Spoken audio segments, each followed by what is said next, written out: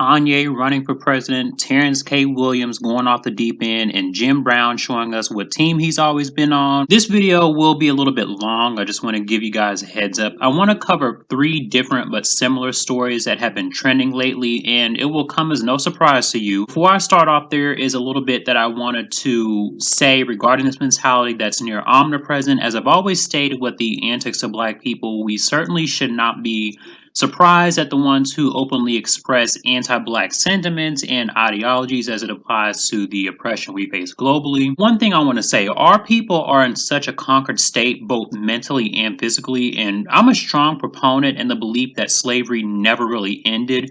It became something worse, and slavery evolved beyond the plantations, but I'm gonna let you in on a little secret, one that's probably went over the heads of some of our Black people.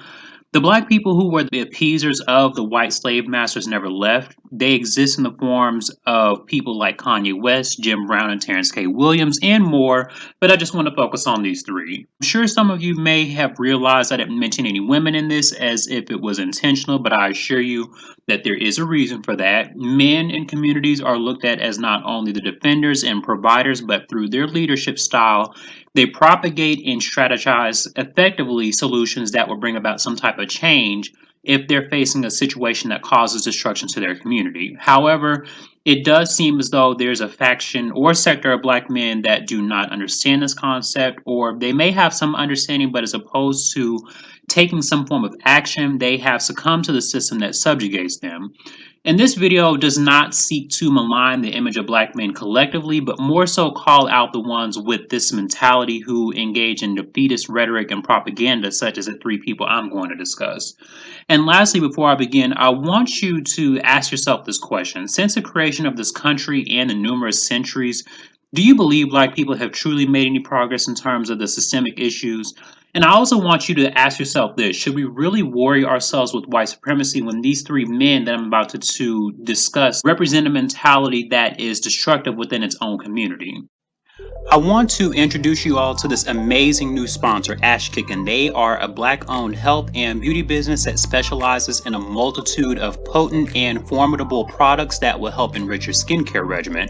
They take their time handcrafting some of the products so you know it's authentic and made with love and care. My personal favorites are the body butter and the African black soap. These both help to keep my skin clear and free of acne, and the best part is their health and beauty products are all natural. They also have hair care products unique and specific to our hair texture. Definitely make sure you guys check that out. The best part is every time I order from them, their shipping is fast and reliable, so make sure you guys check out Ash Kickin at www.ashkickin.com.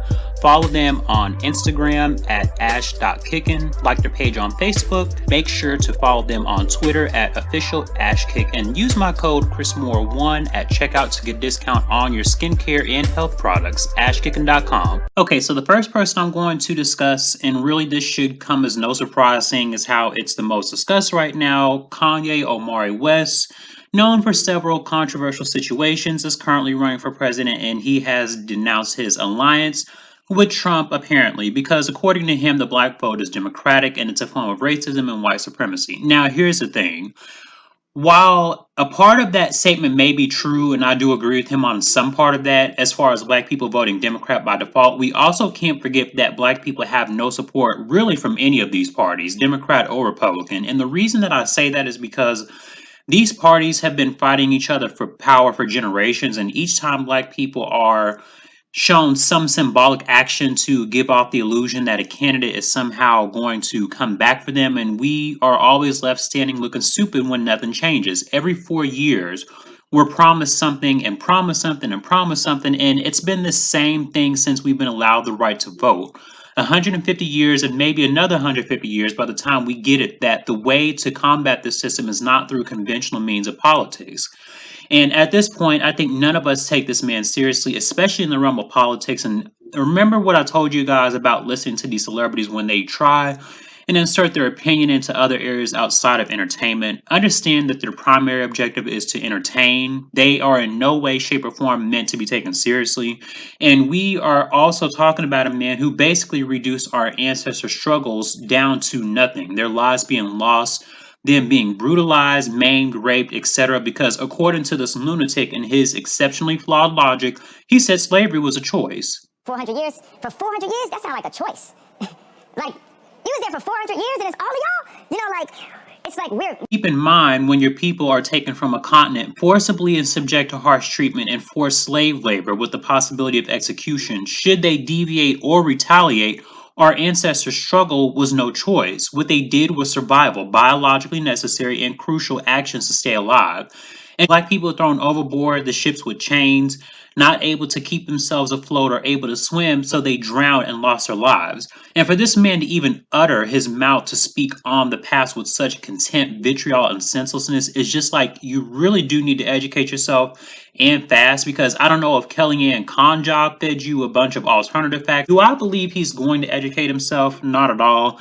And I plan on giving some commentary at the conclusion of this video to help you guys better understand this brokenness. But for now, onward to the next mental show. So we have here Jim Brown. He is a retired football player, and his season where he was in his prime was during the later part of the 1950s, and I believe into the mid 1960s. He was on the Cleveland Browns during this time, and obviously the time frame he played around was pivotal because it was during the time of the Civil Rights Movement. Now, similar to Michael Jordan, they are both revered as one of the greatest athletes of all time in their respective crafts. And Jim Brown during this time was around some of the black political leaders like Malcolm X, Farrakhan, Muhammad Ali.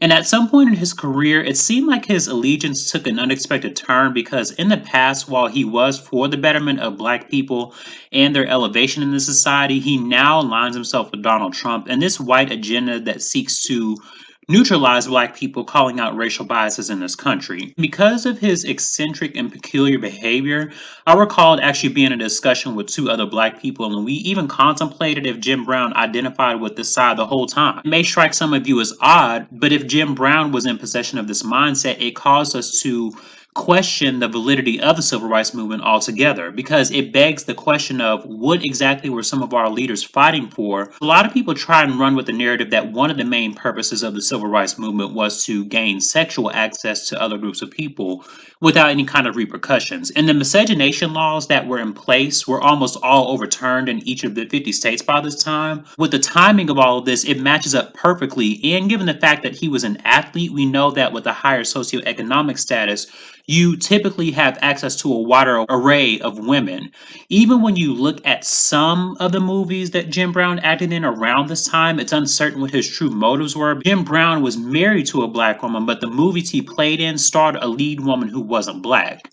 And I'll stop here and give a little bit of commentary before going on to the next person, because I think as a group of people that have survived insurmountable bouts of subjugation and oppression, we need to come to terms with some reality. First off, there were clearly black people present on the plantation whose sole purpose was to please the slave master. This meant betrayal, treachery, duplicity, and they perfected this with precision because they understood well that as long as we were black, we had the trust of each other. And this is why women like Harriet Tubman were clever enough to detect those traitors and dispose of them if she sensed any disloyalty and didn't think twice about it. It leads me to believe that if Harriet Tubman was alive today, a lot of these foolish black people with the mentality to serve the white elites would be swiftly expunged because of her no-nonsense mentality, because her priority was to help black people in these compromising situations escape their state of perdition. And Harriet Tubman is an example of true leadership, faithful to her people first and foremost, while eliminating the weaklings that dare oppose her purpose. Next, we have here an honorable mention before I get to the final broken-minded fool. Van Jones, a political commentator. He primarily appears on CNN, but the reason he gets an honorable mention, besides his swine that he's chosen to attach his star to, is because he's one of the few who believes that in order for black people to uplift themselves, we need to take accountability.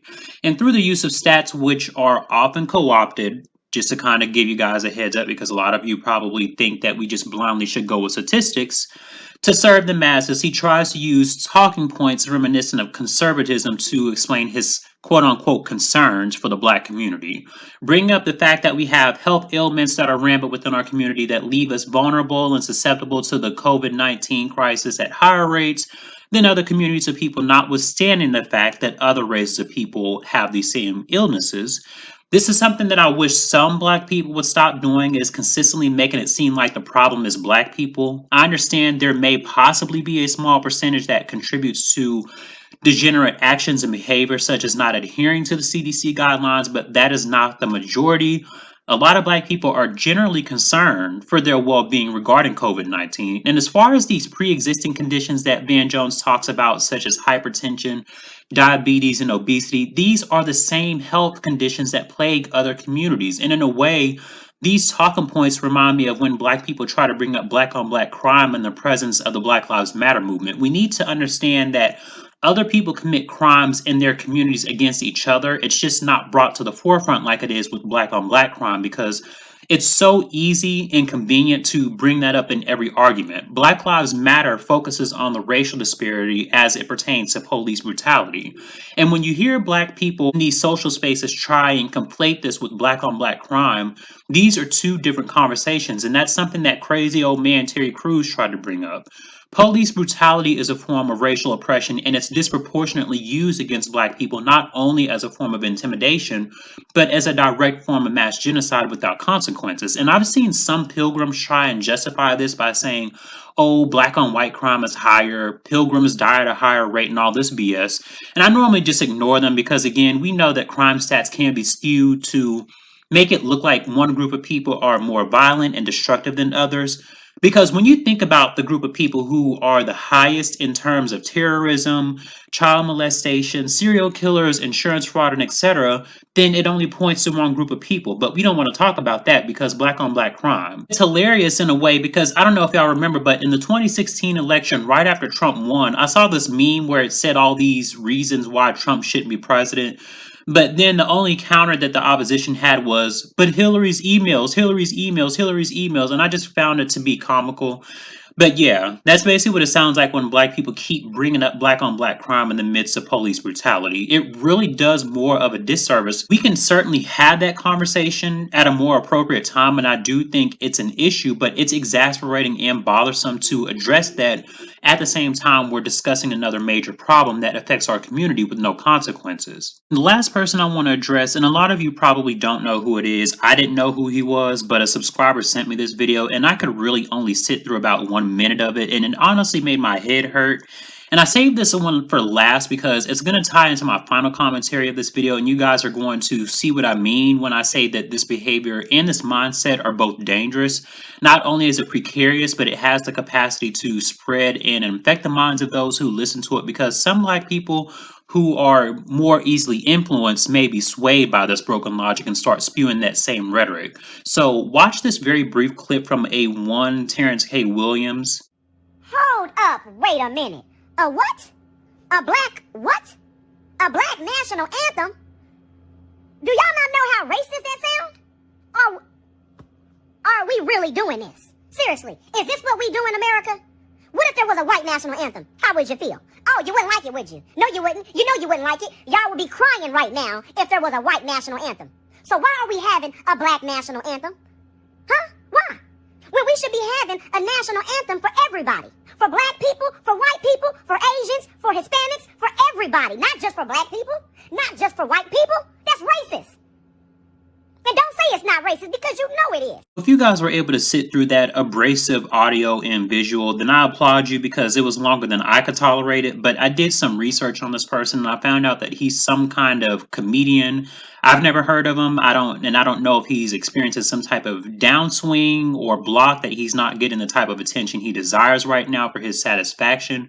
But this diatribe was nothing but hot air and a desperate cry for attention to me, and I can easily deconstruct all of what he's saying, but that would be a complete waste of my time. And you guys are probably already aware anyway that none of what he was saying was true. I think sometimes within the black community we have agents or people who are undercover with an agenda to stir up controversy, and this can be for a multitude of different reasons. One reason may be to cause a distraction. We do know that more black people are starting to become cognizant that a system exists to disenfranchise our community. Another reason I think is because part of our oppression is contingent upon divisiveness. If black people were united on a collective level, that would be a problem for the larger society because we know that it could potentially pose a threat to the ones who subjugate us. They install these agents to make sure that division is further reinforced to prevent any attempt at unification. And call me crazy, I know to some of you that it may sound like a conspiracy theorist, but my personal belief is that behind each conspiracy theory is just the slightest bit of truth. And I believe that there is a concerted effort to make sure Black people remain in their current state of stagnation. And granted, we do play a role in our own situation by ourselves due to the numerous detrimental mindsets we have. We also can't rule out that this system depends on that type of contentious and dysfunctional mentality. Oftentimes, when we question the motives behind why some of the Black people in our community regurgitate this grandiloquence, they reply with nonsense. It seems like that the statements are incohesive in nature, and some will even go out of their way to rationalize why their flawed logic is correct. If you guys recall, I stated previously in one of my other videos that Marcus Garvey, in so many words, said that we cannot save all of our people. We have to understand that some of our people have succumbed to the poisonous effects of white supremacy, and the results are Black people with these oppressive talking points. They take on the traits and characteristics of their oppressors without the power, and this is the worst possible outcome. One of my subscribers asked me a very good question and basically said, Chris, where do we go from here? What do we do? And I said, while it is difficult to turn our backs on those with this rationale, it is counterproductive to try and drill facts into their minds because their minds have been corrupted and are set in stone that they will remain loyal to the ones with power, which is not us. The best solution in this case is to try and educate the youth, try and reach out to the young boys and girls of the next generation and hope that we can subtly mold their minds with the understanding that there is a world out there that's attempting to weaponize them based on their existence. I try not to generalize everyone into a category because I think it's unfair, so this is why I make the distinction by saying some, not all. I say that to say that some of our older generation I feel like has let us down, especially in the case of our elders like Jim Brown and those with his mindset. I'm not saying all of our elders let us down because I don't know the severity of what they had to endure to be able to pass down their stories. We can use discernment to see that some behavior is skeptical. And the brokenness of the Negro needs to be addressed. It serves as an example of what not to be and what to be cautious of. If we continue this path of surrendering and giving up the fight with no type of resistance to pacify the feelings of people who seek our destruction, then I can guarantee you that our demise will be imminent if nothing changes. Mr. Williams' conniption, his tantrum outburst was unnecessary and no one asked for it. And again, I don't know if his comedy career was doing well or not that he felt the need to talk, but it's irritating to listen to people who are purposely ignorant to the struggles Black people face by being dismissive and inconsiderate to centuries of mistreatment. You cannot separate yourself from Blackness. No matter how much you try and disassociate yourself from your identity by talking and acting with this anti-Black behavior, you will always be seen as less than by the people who benefit from your plight. And I think I'm going to end it here, but this is going to continue. I think undoubtedly there will be more to come. We just need to discontinue with the shock factor. Remember, this isn't anything new. It's always been here. And we just have to accept the fact that some of our people are unfortunately a lost cause. But in the meantime, make sure you guys leave your thoughts on this, formulate your own opinions, make sure you like, comment, share, and subscribe this video, and I will talk to you guys in the next one.